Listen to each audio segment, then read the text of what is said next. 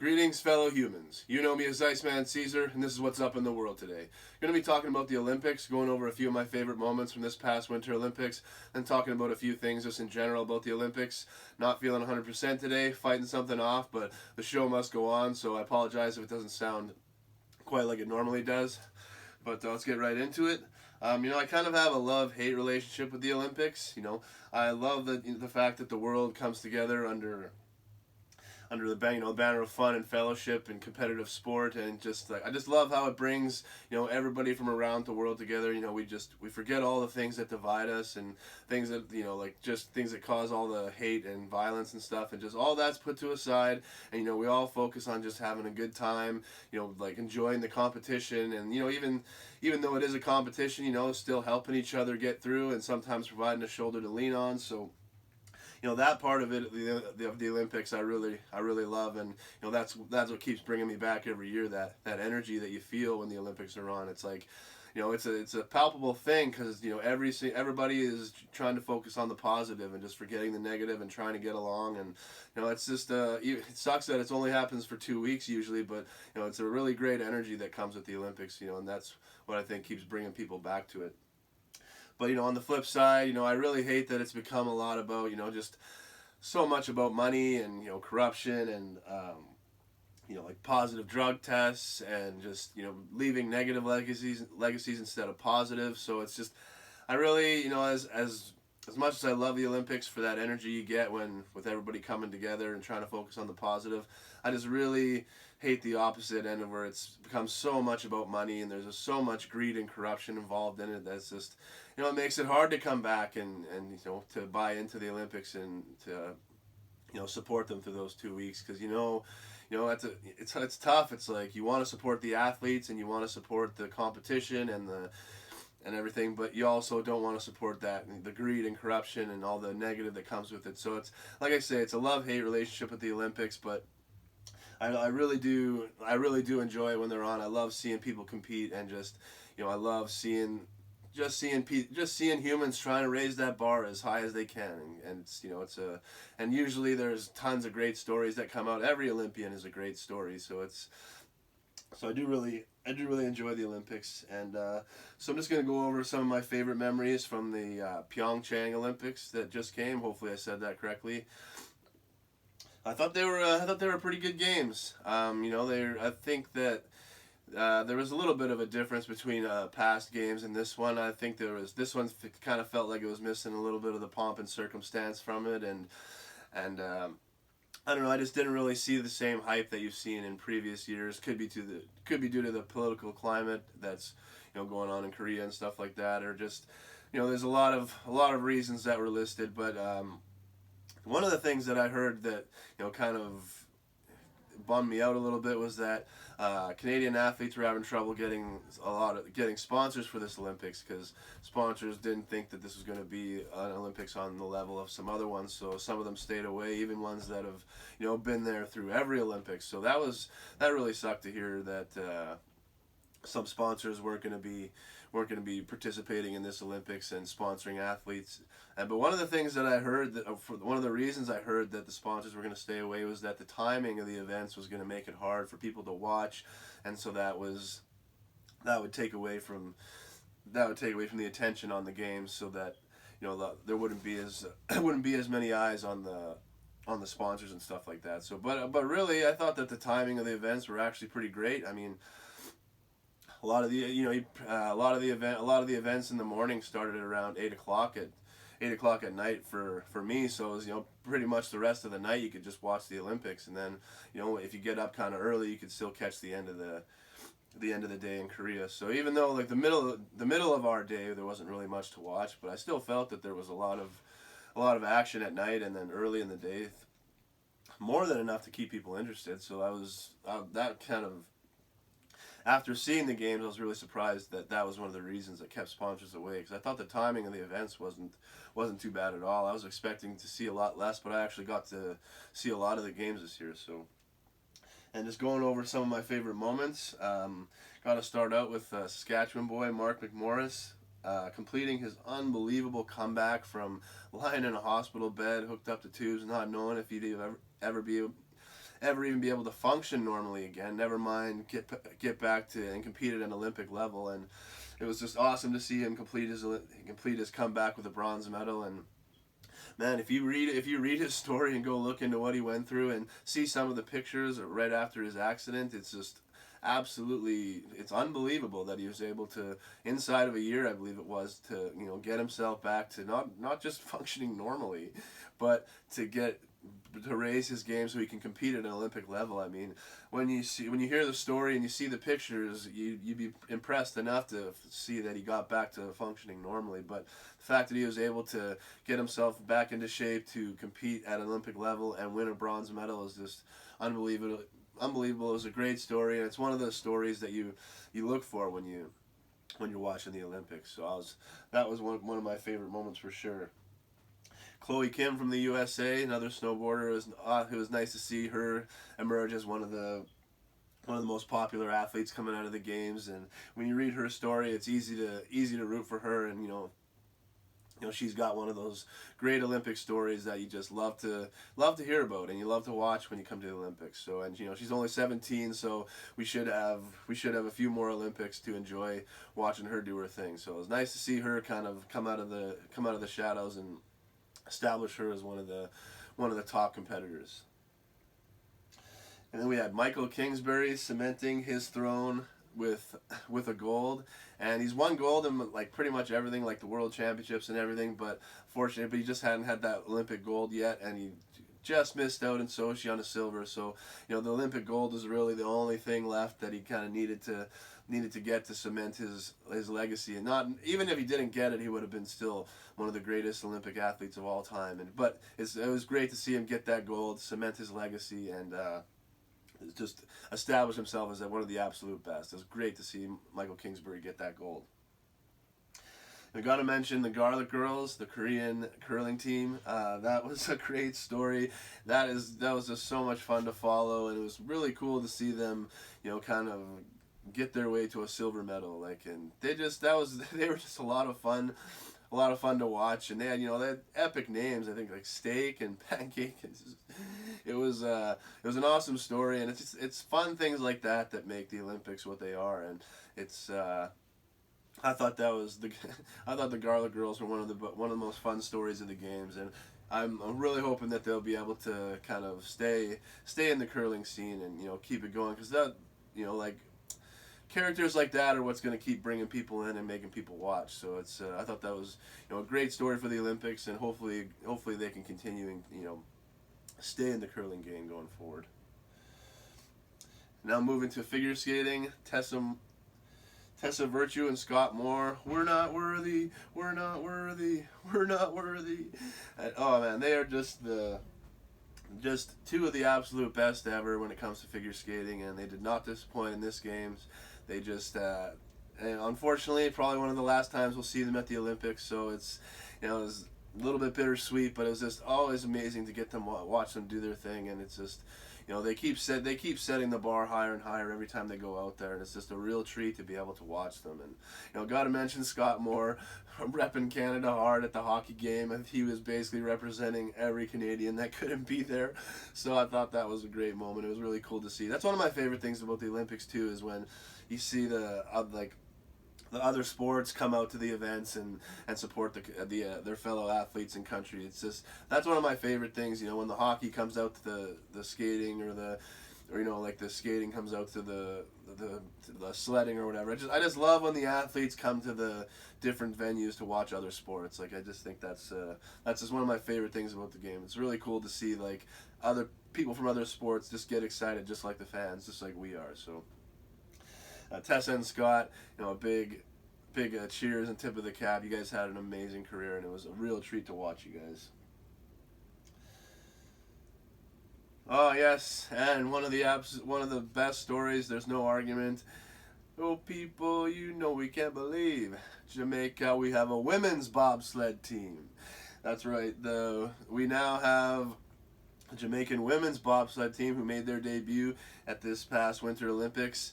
And a little bit of controversy with kind of losing their sled, but the company Red Stripe stepped up and delivered it, so they were able to complete their Olympic journey. And obviously, Cool Runnings, one of the greatest fun, the greatest family movies of all time. It's just, a great comfort movie, a treat to watch. And so, I think that kind of just made everybody fans of any Jamaican bobsled team. So it's great to see another one come along. And put my tinfoil hat on, I kind of think that maybe the sled controversy could have been drummed up to make the movie that better be coming out a little bit more interesting. But don't let me down, Disney. Cool Runnings 2. We want to see the story of this Jamaican's women's bobsled team making it to the Olympics. So it has to happen. Do not let me down, Disney. But it was just, it would have been absolutely awful to see their Olympic journey end early because of sled controversy. So I'm really happy that the company was able to step up and help them complete their journey. And it's just, I think everybody's a fan of Jamaican bobsledding. So it's always a great moment to see them at the Olympics. And gotta mention a new record set. Norwegian skier Marit Bjørgen, hopefully I'm saying that correctly, set a new record, becoming the most decorated athlete ever at the Winter Olympics, winning her 15th medal. That is absolutely unbelievable. I mean, to win one medal at the games is a monumental achievement on its own, but to win 15, that is just absolutely incredible. And I think 15 will be a bar that will be set will stay there for a long time, and unless she comes back and tries to get 16. But it's 15 medals is unbelievable, and I think that record will be safe for a few Olympics, unless Michael Phelps wants to come and try his hand at skiing. But I think that's an incredible accomplishment, and I wanted to highlight that. My grandmother was Norwegian, so kind of family.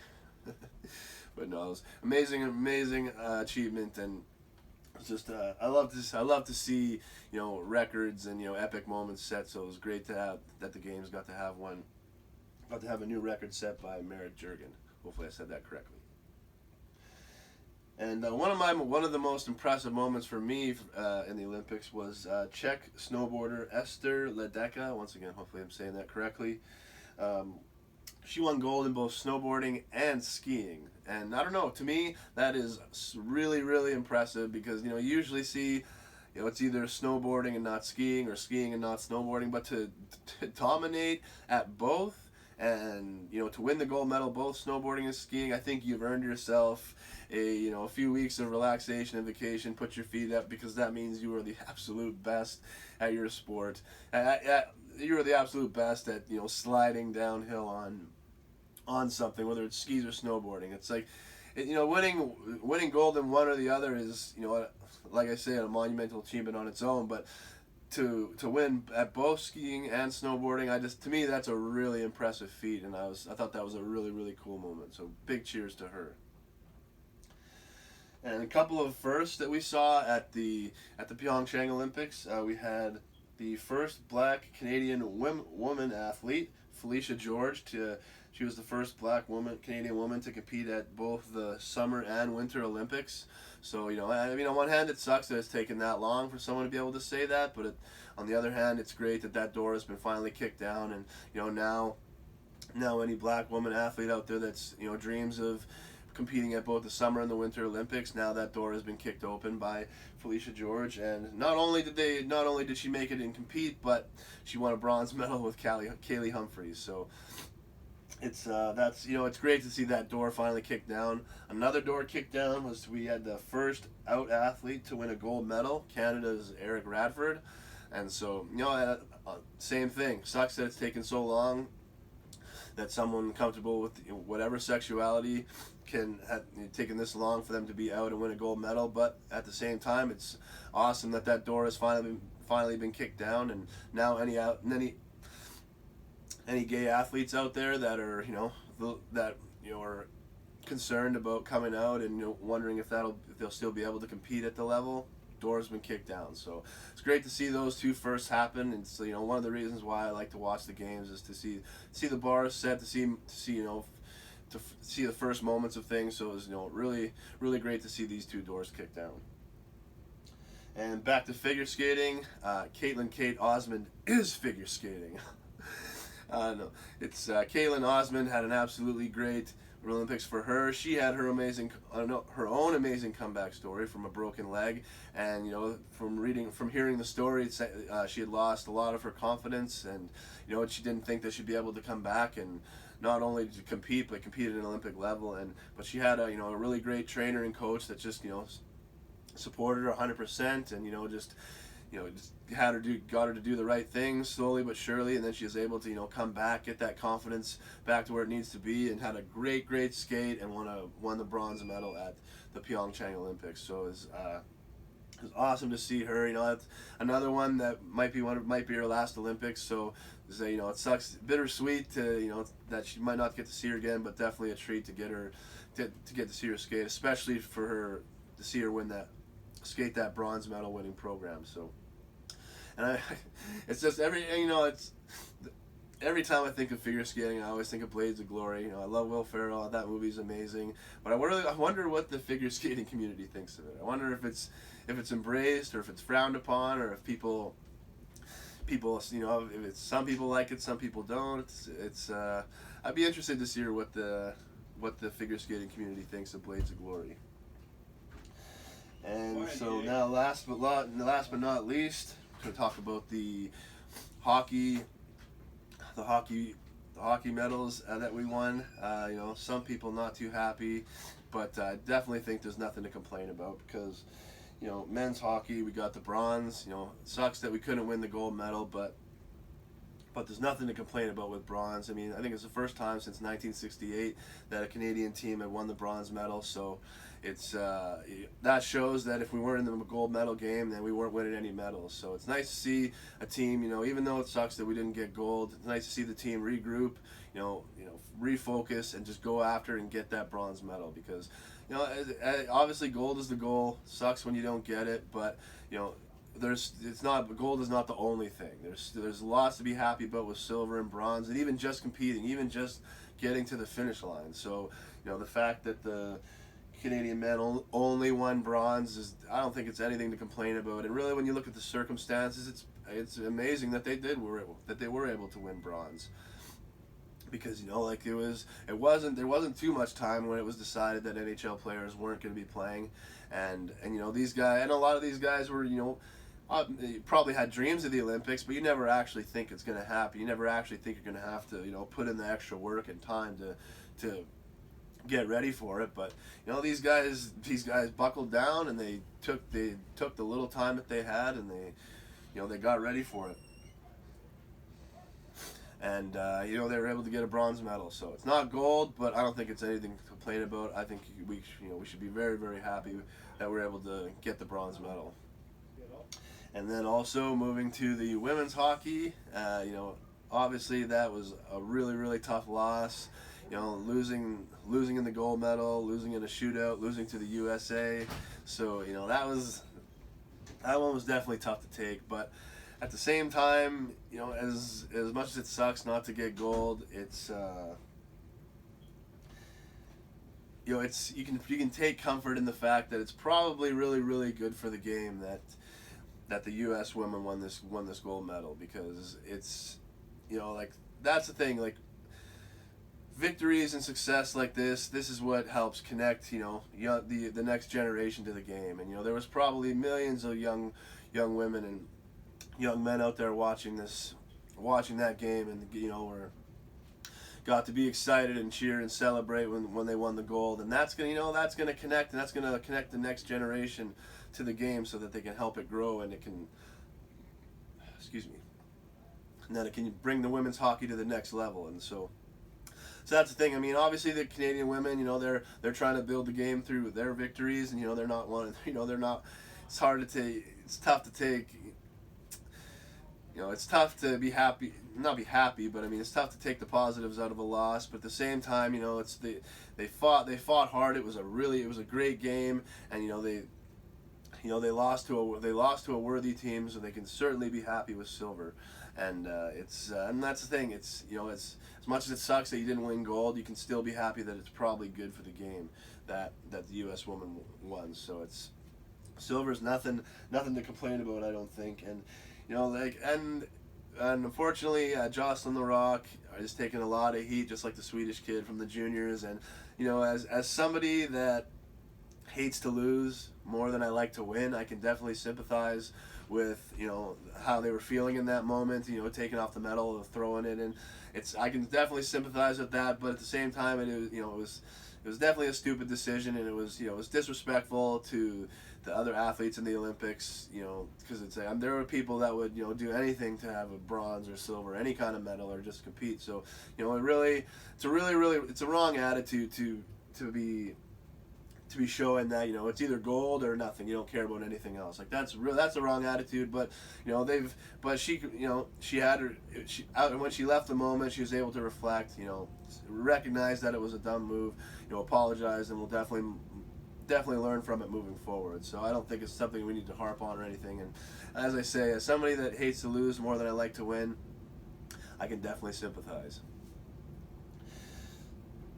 But that kind of does it for my favorite moments. I know I definitely missed some that I wanted to talk about, but as Mr. Cool J says, blame the head, not the heart. It was a great showing for Canada. We won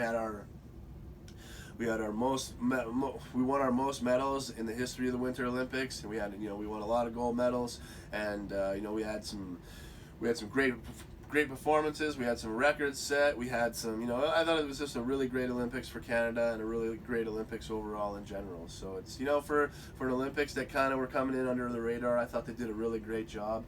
And even though there's definitely going to be some criticisms and some negative talking points about the games, but I think it really should be more focused positive, because it really was a good games. It was nice to see both Koreas come together under one unified country, and it's if you can do that for the Olympics, why can't we do that every other day of the year? And so that's the frustrating part of it. But I thought it was a really great Olympics, and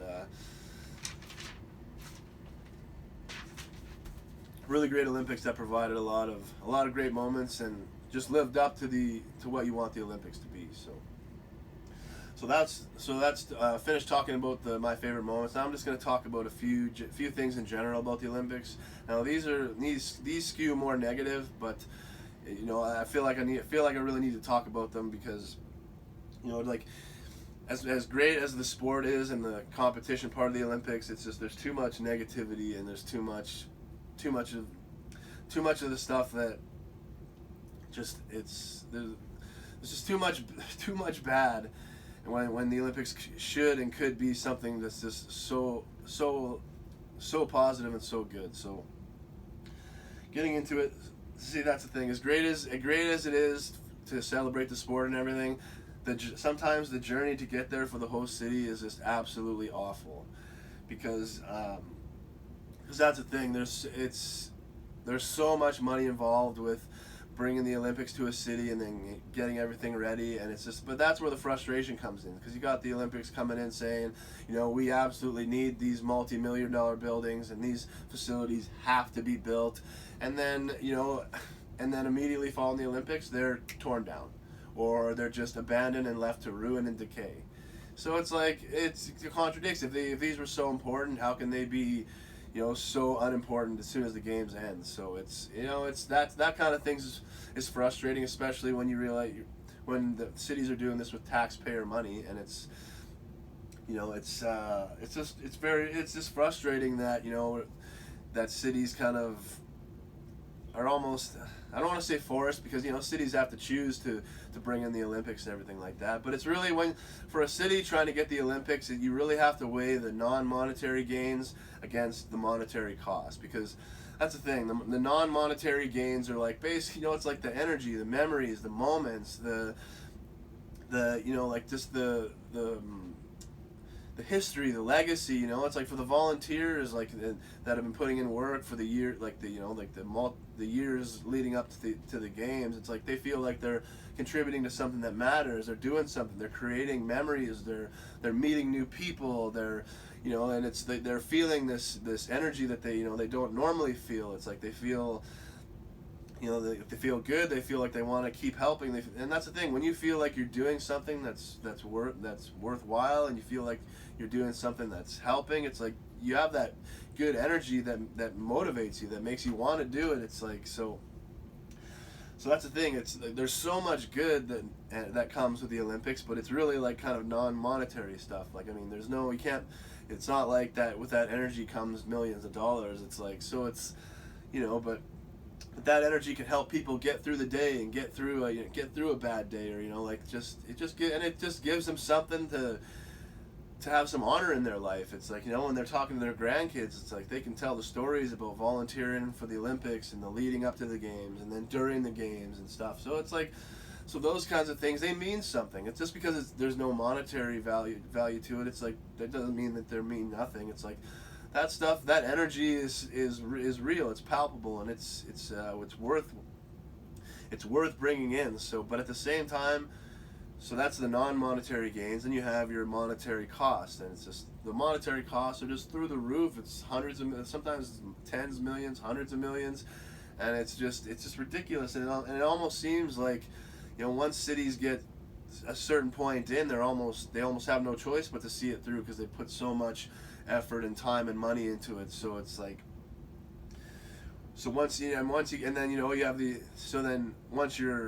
you're kind of into a point where you have no choice to see it through, you have the Olympics come in and say, well, now we need this building, or this building's not good enough, it needs some improvement, or we need this and this. So it's more money, and it's like, that's taxpayer money, and it's not like taxpayer money is just comes out of thin air. It's like that's people's lives, the hours that people put into their work, their blood and their sweat and their tears and their, like the negative energy they fight through to go to work and get through the day of work and come home. And it's like that taxpayer money is a term thrown around, and it's like when they're building stadiums, they just talk about it like it's just something that's there. And it's like, taxpayer money should be treated like much more seriously and with much more respect than it is. So it's like, so that's what one of the things that really, really frustrates me is when you see a city hosting the games, and you see that they're almost getting into the point where they're being forced to spend more and more and more and more money. So that's one of the things that really frustrates me. And but it would be a different story if the Olympics were leaving positive legacies instead of negative ones. So if these buildings weren't being immediately torn down or just abandoned to ruin or decay, then I think people would be a lot more supportive of the Olympics coming in. I mean, if the Olympics left behind, schools and affordable housing and family rec centers and gyms and playgrounds and and places to learn and to do some of these sports that aren't just that aren't just available everywhere. That's the thing. If the Olympics left behind these kinds of things, I think there would be much less negativity and much more support and positivity, because people would end up being excited. I mean, nowadays the way things are right now, it seems almost like dread. Like when the Olympics are coming, like, oh, how much is this going to cost? How much are they going to drag out of us? It's like, and that's the thing when you see what you could. Like when you're spending money on the Olympics, it's games and sports, and it's like you kind of look at other things, that problems we have in the world right now. That money could be used in other areas, but at the same time, those other areas don't bring in the non-monetary gains that the Olympics do. So that's where it's like, even though you're spending the money on games and sports and stuff, it's still there's something about it that makes it worth it. So it's not like just throwing money away. But at the same time, if the legacy is negative than positive, then it's hard to justify spending it on sport and games when it could be used better in better places elsewhere. So that's why I just really wish that the Olympic legacies were more buildings and more facilities for the cities to use. That way, people weren't seeing Olympic buildings like just rotting away, or like seeing a multi-million-dollar building that was like it was just rocking with energy a week before is now torn down and gone. And before it was built, it was just absolutely imperative. This needs to be here, and then as soon as it's over, whatever, it's done. So it's if the Olympics were leaving behind schools and gyms and affordable housing and things like that, I think it would be a lot more receptive from cities to bring the Olympics in, as opposed to now where it's just a dread of money pits and it's just. And that's the thing. Like, the Olympics needs to really focus on leaving more positive legacies and negative ones, and it starts with leaving behind these buildings that people can actually use and cities can actually use. So, and then with the positive legacies that come from the Olympics, we need to extend that 2 weeks of fun and fellowship and of coming together and forgetting the things that divide us and cause hate and everything like that. Like, we need to extend that from not just every 2 years or every 4 years at the Olympics. We need to extend that to every day. And the Olympics prove that if we just try, we can do it. If we want to, we can do it. And that's the thing. Everybody wants to come together and have fun at the games. They want to have a great Olympics. So people put aside their differences. And then for those 2 weeks, that's why the Olympic energy is the way it is. When the Olympics are on, you feel that energy. When the Olympics are over, you can feel that void. And that's because energy is real, and when you have everybody focusing on one thing, you're tapped into it, and you're all those people, you're all connected together. You're all focusing on the one thing, and it's all positive. So that's why it's just such a good energy. And that's the thing. It just proves, if we just try, if we want to, we can all get along. And we don't have to have any of the hate and violence that brings down our world today. But we just have to try. And, if we're willing to try for the Olympics, why don't we need to be willing to try every single day. And if we do that, it's like the thing, we talk about world peace, people think it's like impossible, think it's so far away, but it's really not. We can prove 2 weeks. We can do it for 2 weeks, and if we can do it for 2 weeks, we can do it every day. We just have to try, and we just have to. That's the thing. Let people off the hook sometimes. Give people a break. Just because someone bumps into you don't have to freak out and lose your mind. Like, that's the thing.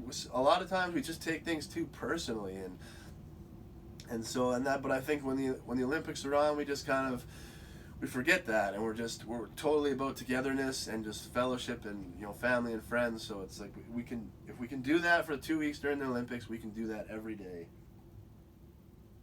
And I just that's. Part of the reason why the Olympics are so great is because of that energy, but I really want to build a world where it's not so rare to feel that energy, like that the energy of everybody forgetting our differences and focusing on the positivity and coming together. That I want that energy to be in the world every single day, not just for 2 weeks during the Olympics. And that kind of brings me to probably my favorite moment from the games. I didn't mention it before because I wanted to save it for now, but my favorite moment for the games was the men's bobsled tie between Canada and Germany.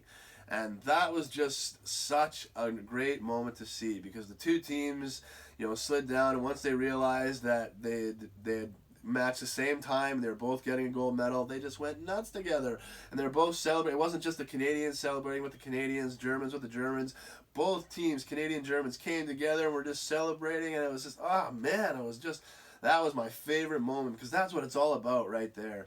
I mean, it's like, celebrating with your fellow human and your fellow Olympian, your fellow athlete. No concern about country or anything that could divide us. And it was just pure joy and happiness in that moment. And it was to see two countries, jumping around, celebrating like that was so, so awesome. And, ties I'm never not a fan of ties at all in regular sports, but in something like bobsled, ties are more than fine, because you're sliding for a time. And I mean, that's the thing. It's you reach the same time. You reach the same time. Like, that's you both legitimately earned a gold medal, and you can both say you legitimately say you're a gold medalist. So like sometimes, like tying in other sports, like in hockey or stuff, like it's. You don't really feel like you have a victory or anything like that. It just doesn't feel right. But for the Olympics and something like bobsled, it's like you're not you're not like trying to score a goal or anything like that. You're sliding for a time, and if you both get that gold medal time, then you both deserve it. So, but that was just to see the two countries come together and just celebrate like they were just like we're all one, and we're all one human family. So, and to see that was just it was my favorite moment, and you know and that's the thing like. But considering the intense level of competition at the Olympics and how much goes into it, it's just that's you know it's just all that all goes out the window when you get that gold medal. And just I just can't talk about it enough. To see the two countries celebrating together, going nuts, was just awesome to see. It's what the Olympics are all about, and it was definitely one of my favorite moments. And and that's the that's the Olympic spirit, really. It's like, even though you're competing against your fellow athlete, you're still all one together. And you see that during times when an athlete might be injured, and an athlete will stop their journey, and will give somebody an arm to lean on, or help their fellow athlete get to the finish line. And that's what the Olympics are all about. That's why they're so great. And it's just I was really happy to be able to see a moment like that I could really highlight and just throw out there as like, this is what we have to be all about. This is what needs to be like, just not worrying about any of our differences, not worrying about any of the negative things in the world, just totally focusing on the positive and coming together as just, one family. And it was just, like I say, that the German Canada bobsled tie was my favorite moment from the Olympics, probably. And so, really, it's like when you just strip away all the bullshit, you strip away all the hate and negativity, we all want the same thing. We all want to get along. We all, that's the thing. If we just try, we can do it. We prove it during the Olympics. If we just try, we can do it. And it's, we just need, I just really want to. I really want to build a world where that energy from the Olympics is not rare. We can feel it every single day, and that's the thing. The Olympics will still be the big deal, and they'll still be the great thing that they are, even though that energy is in the world every day instead of every 2 years or every 4 years or things like that. But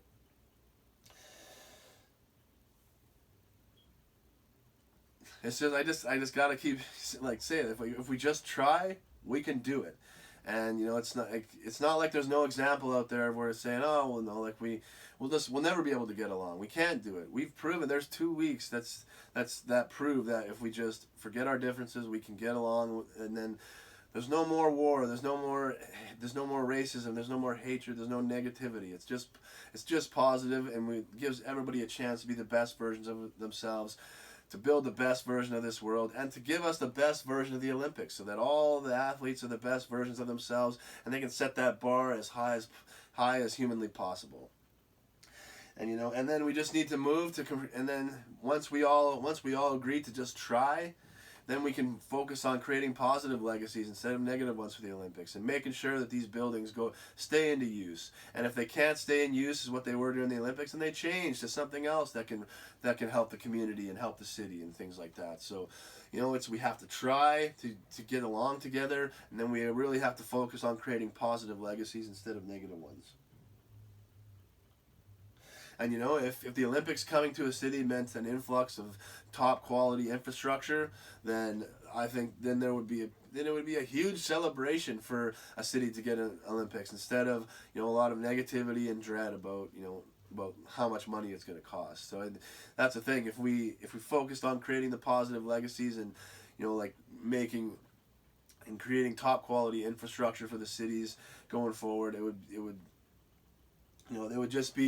it would be more of a fight to get the Olympics than it is now, because it would just be exciting, because your city is getting this boost of things that it absolutely needs. So if we just try and start to focus on positive legacies instead of negatives, I think we'll get to where we will all want to be and need to be as a society. And I didn't really get into too much detail and stuff with the corruption that stuff comes along with bidding, winning, and then delivering a games to a city, because that could certainly be a whole video on its own. And I didn't really want to want to get too into the negativity. I just kind of wanted to talk about it in general, just because when you get into corruption and greed and money and stuff like that, there's just so much going on, and it's just that I just don't want to focus on that kind of stuff. I wanted to talk about it, but it's easy to search out there to see just how much corruption and just how bad things can get with the Olympics, and it's just that's the thing that just really disgusts me. It's almost like you just gotta getting the Olympics is almost like how many pockets can you grease? It's like it's not even about building. It's like who do you have to give money to make sure that the Olympics come here? And I just think it's a really I just hate that is part of the Olympics, and that it seems to be the majority. It's like you really have to try and fight to focus on the positivity in the sport and the competition, because the corruption and the greed and the money is just it's just such an overwhelming part of it that it's just such a shame. But I never want to see I don't never want to see a world where there isn't an Olympics, but at the same time I don't want to continue going forward the way things are, because it's that's the thing. As much as you enjoy watching the sport and the competition, it's just the money and the greed and the corruption is just getting worse and worse and worse and worse, and these Olympic legacies are getting worse. So it's like enough is enough. It's time for a change. It's time to stop and start doing things right. And as I said, the Olympics can be such a great thing, and they can provide really big benefits for non-monetary things. And so it's they're a great thing, and they need something that I believe we need in our world. But we need to make sure that the money part of it isn't ruining it, because it is right now. And so if we focus on trying to get along, to creating positive legacies instead of negative ones, and to just to ending the corruption and greed that comes along with the Olympics, and making sure that the money goes to the proper places, and that only the amount of money needed is what is put into it. Excuse me. Because I guarantee you, it doesn't cost anywhere close to the price tags that all these cities get for the Olympics, compared to what things actually compared to the actual cost, without inflation or without profit margins or anything like that. So it's I say I don't ever want to see a world without the Olympics, but I do feel we need to build a world where the Olympic legacy is much more positive and much better than it is right now. So that kind of brings me to the end. I just wanted to say that I'm really disappointed in how the Olympics has treated the Russia and the doping scandal.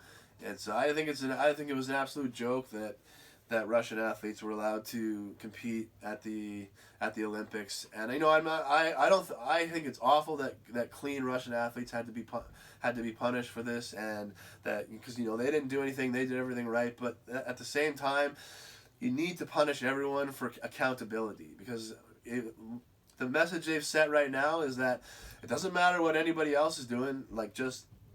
Even if you see anybody else in your country and your team cheating, you don't have to say anything, because if you do the right thing, then then you'll still be able to compete. Whereas if every single athlete was punished, then the clean athletes wouldn't be tolerating anymore cheating or anything like that. If they saw somebody cheating, they would immediately report it and make sure that got dealt with, because that could cost them their Olympic journey. And so that's the thing. That's why a full ban would create accountability for Russia. But this half ban that they did, and now it's over. What a joke! That is why the Olympics are piss me off so much and frustrate me, because as good as the sport and competition part of it, the other part is just so disgusting and pathetic that it just really gets me riled up, and it gets me frustrated. But I just had to mention that I'm really disappointed with how they handled the scandal with Russia, and I hate that clean athletes should have been would have been included in the ban, but it's to create accountability and to fix the problem going forward. It had to be a full ban, and it was a joke. It was a joke. So, but I didn't want to focus on too much on that. Just wanted to kind of mention it, and but that'll bring me to the end. Got to talk about a lot of my favorite moments, and then was able to talk about some of the negative things. But I didn't want to talk about the negatives just to talk about them. I wanted to highlight the negatives so that we can fix them and turn them into positives going forward. And that way, the sport and the competition can be just much bigger and embraced much more than it is, because it's as great as it is. It's hard with the negative balance to it. So, but. So yeah, that'll bring me to the end. Thanks very much. Thanks everyone for coming along for the ride, and we'll see you soon. Let's try that again. Thanks everyone. I know that probably didn't sound 100%, but I'm definitely not feeling 100%. I'm glad I was able to get through the video though. So, but hopefully everyone enjoyed the video. We'll see you, and then see everybody in 2 years for the Summer Olympics in Tokyo. I think that'll be a lot of fun. I always love the Summer Olympics with like all the track and field kind of stuff, and Tokyo I think will definitely put on a good show. So and hopefully by that time there's a lot more focus on creating a positive legacy instead of negative ones, and just hopefully more focus on fixing a lot of the negatives about the Olympics and turning them into positives. So that's it for me. Thanks for everyone for coming along for the ride. We'll see you soon down the road. Much love and God bless. Peace.